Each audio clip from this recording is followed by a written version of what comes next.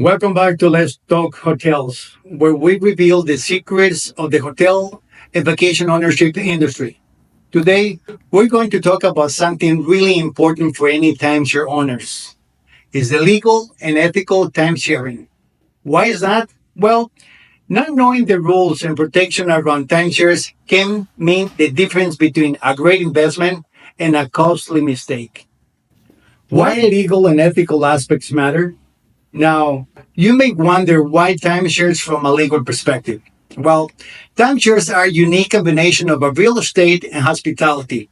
They involve long term commitments, legal contracts, fees, and usually a large financial outlay. So, whether you are a first time timeshare looker or an existing owner, it's certainly very important for you to understand your rights, your responsibilities, and the traps. Let's get into details.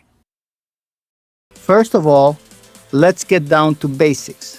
When you purchase a timeshare, what you're really buying is the right to use a property for a certain amount of time every year. It could be a specific week or a number of points that you can redeem for vacations. Legally, this agreement can vary by country and the specific type of timeshare you buy. The two most common categories: deeded ownership. You own a fraction of the property, like a condo, but for the length of time you purchased. Right to use ownership. You don't own the property, but you have the right to use it for the number of years specified. These distinctions are important as they determine your rights and responsibilities as an owner. Deeded ownership often confers ownership rights, while right to use ownership grants you use without ownership. Now to the nitty-gritty. The contract. The timeshare contract is legally binding and dictates your rights, duties, fees, and access to the property. Some of the essentials that you will always want to check include length of ownership. Understand how long you will own or have access to the timeshare. Usage rights. Are they fixed, floating, or points-based? Fees and assessments.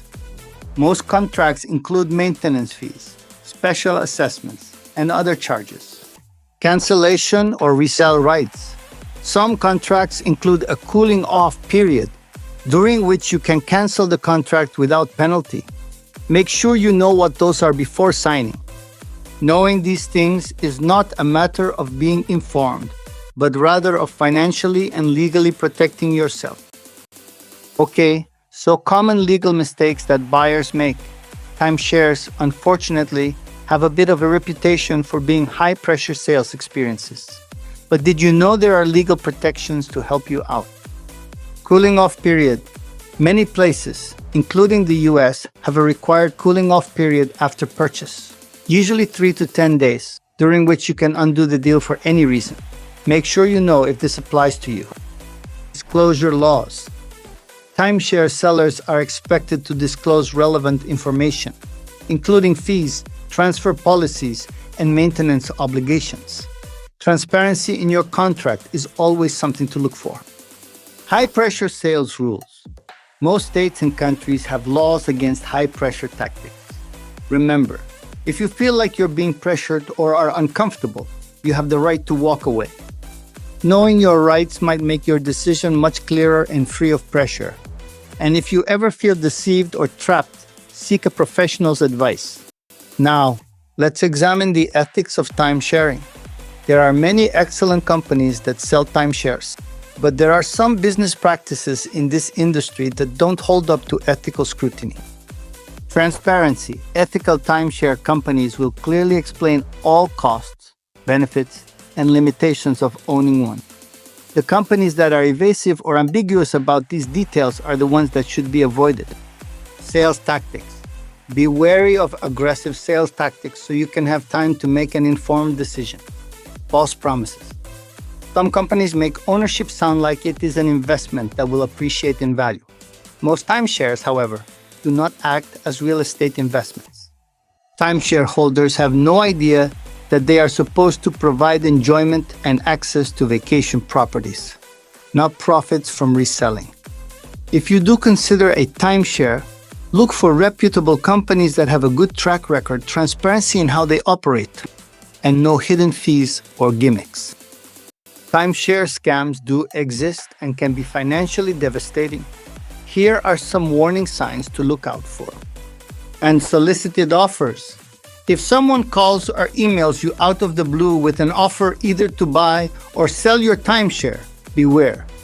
Most are scams. Resale profit guarantees. Be wary of any business that guarantees you'll make a profit on resale. Most timeshares do not go up in value. Upfront fees. Do not pay large sums in advance for reselling services. No legitimate company makes you pay for services they have not provided. Do your homework. Avoid scams by checking the legitimacy of a company in any transaction you make with them. Check reviews, if possible, through a licensed agent. Okay, so here is the bottom line. The key to a positive experience with timeshares is education. Know your rights, know your contract, and don't be afraid to ask questions. Timeshares can really be a great way of enjoying quality vacations at amazing locations, but it needs an accurate appreciation of the legal and ethical realities. If you are thinking of a timeshare, don't rush. Read the contract with a lawyer if you need to and make sure you understand it. Stay with a reputable company, and if done correctly, timeshares truly will change the way that you vacation and be an excellent addition to traveling.